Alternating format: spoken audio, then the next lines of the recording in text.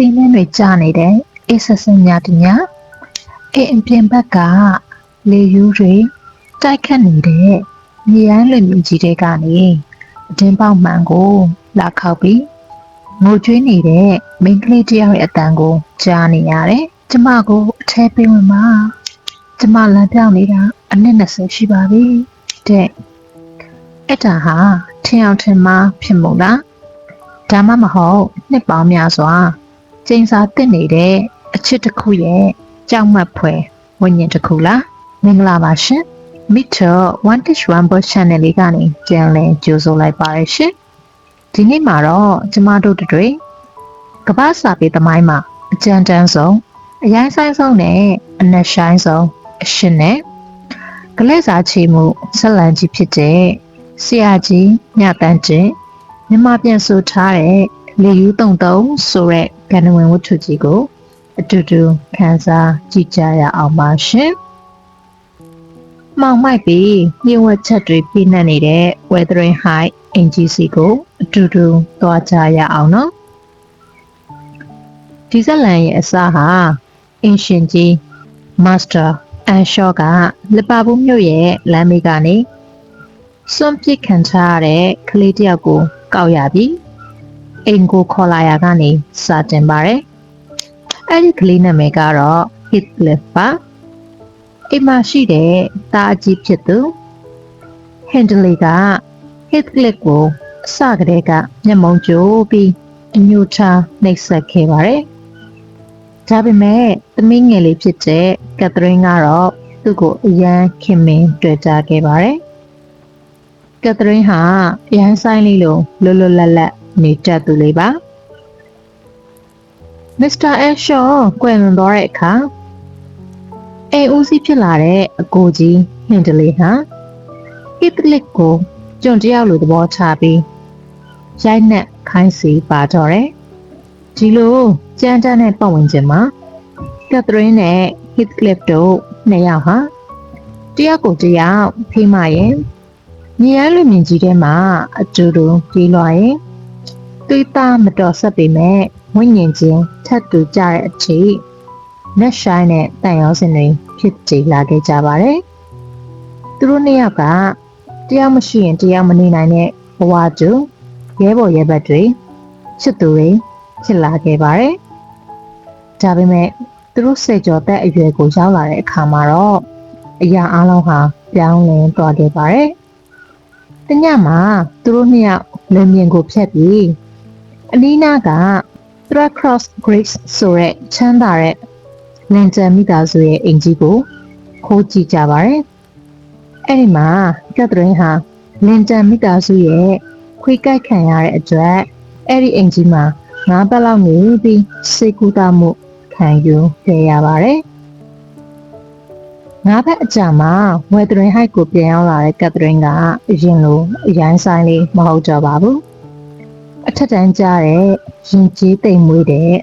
ကတော်မလေးတယောက်လိုဖြစ်နေပါပြီ။သူမကချမ်းသာပြီးရင်ကျေးတဲ့အကတာလင်တန်နဲ့လည်းရင်းနှီးနေခဲ့ပါပြီ။ဒီနေ့မှာကက်သရင်းကအင်စီမကြီးနယ်လီဒင်းကိုဖွင့်ပြောခဲ့တဲ့စကားတစ်ခုရှိပါတယ်။အဲ့ဒီစကားကပဲကဘာပြက်စီမဲ့လေယူးမုံတိုင်းကိုဖန်တီးလိုက်တာပါ။အတကာကငါ့ကိုလက်ထပ်ခွင့်တောင်းတယ်။ငါလက်ခံလိုက်ပြီ။ဘာလို့လဲဆိုတော့ Heathcliff လိုပညာမတတ်တဲ့စင်ရင်သားတယောက်ကိုလက်ထပ်ရင်ငါဘဝပါအောက်တန်းကျသွားလိမ့်မယ်။ It would degrade me to marry Heathcliff တဲ့အဆိုးဆုံးကတော့အဲ့ဒီစကားကိုအခန်းဝါမှာရက်နေတဲ့ Heathcliff ကြားသွားခဲ့တာပါပဲ။သူ့ရဲ့နှလုံးသားကစားစီကွဲကြေသွားခဲ့ပါတယ်။ကက်သရင်းဆက်ပြောတဲ့ငါရဲ့ဝိညာဉ်နဲ့သူ့ရဲ့ဝိညာဉ်ဟာတစ်ထပ်တည်းပဲငါဟာ Heathcliff ပဲဆိုတဲ့နောက်ဆက်တွဲစကားကိုသူမကြားလိုက်ရတော့ပါဘူး။အဲ့ဒီမိုးသက်မုန်တိုင်းထန်နေညမှာပဲ Heathcliff က Weathering High အိမ်ကြီးကနေထပ်ပြီးပြောက်ကွယ်သွားပါတော့တယ်။3နှစ်ကြာတဲ့အခါလုံးဝပြောက်ကွယ်နေခဲ့တဲ့ Heathcliff က Weathering High ကိုပြန်ရောက်လာပါတယ်။ဒီတစ်ခါမှာတော့သူကစင်ရသား ကောင်းလေးမဟုတ်တော့ပဲဘယ်ကနေဘလို့ရလာမှမသိတဲ့ကြီးမားတဲ့ဒနာဥစ္စာတွေပညာတတ်အသွင်အပြင်တွေနဲ့အတူကြောက်စရာကောင်းလာအောင်အိဆက်ခတ်ထန်တဲ့လူတစ်ယောက်ဖြစ်နေပါပြီသူ့ကိုနာကျင်အောင်လုပ်ခဲ့တဲ့သူတွေအားလုံးကိုဘလဲစားချေဖို့သူပြန်လာခဲ့တာပါပထမဆုံးသူ့ကိုနှိပ်စက်ခဲ့တဲ့ဟင်တလေးကိုလောင်းကစားဝိုင်းတွေမှာအကျွေးကျင်အောင်လုပ်ပြီးတော့ဝယ်သွင်းဟိုက်အင်ဂျီကိုအပိုင်းတင်လိုက်ပါတယ်ဒုတိယအနေနဲ့ကက်သရင်းကိုယူသွားတဲ့အက်ဒကာကိုနာကျင်စေဖို့အတွက်အက်ဒကာရဲ့ညီမအစ်ဘယ်လာကိုချစ်ချင်အောင်ဆောင်ပြီးတော့ခိုးပြေးလက်ထပ်လိုက်ပါတယ်ပြီးတော့အစ်ဘယ်လာကိုရရဆက်ဆက်နှိပ်စက်ပါတော့တယ်ဟစ်ကလစ်ပြန်ရောက်လာချိန်မှာကက်သရင်းရဲ့တာစီမီယာစိတ်ခံစားချက်တွေကြံလဲပောက်ကွဲထွက်လာပါတယ်ယောက်ျားဖြစ်သူအက်ဒကာနဲ့သူ့ဝိညာဉ်ဖြစ်တဲ့ဟစ်ကလစ်တို့ကြားကပြင်းထန်တဲ့ပုတ်တိုင်မှုတွေကြောင့်ကက်သရင်းဟာစိတ်ဝေဒနာပြင်းအထန်ခံစားရပါတော့တယ်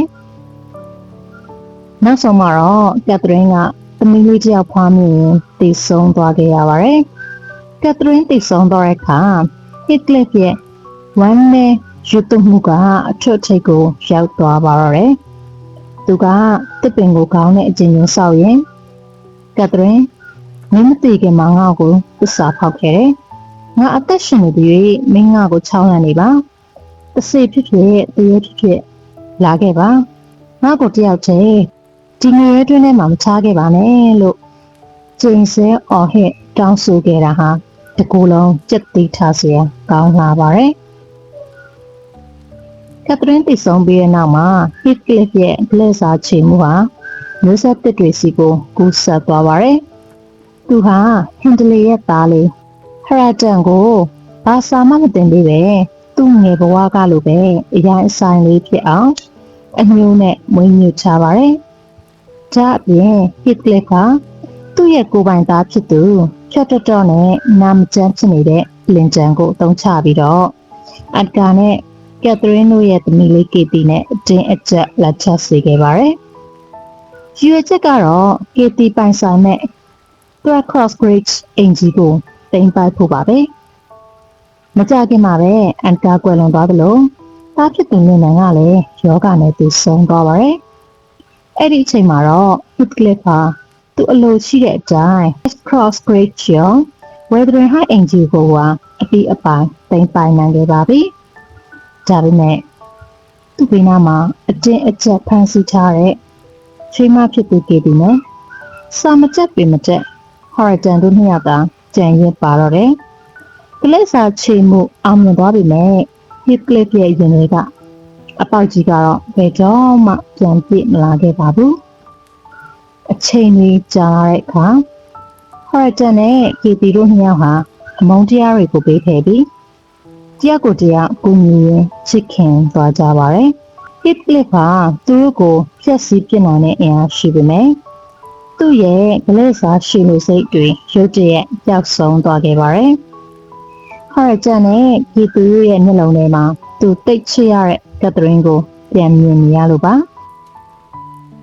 ။နောက်ဆုံးရက်တွေမှာဟစ်ကလစ်ကအစားမစားနိုင်တော့ပဲ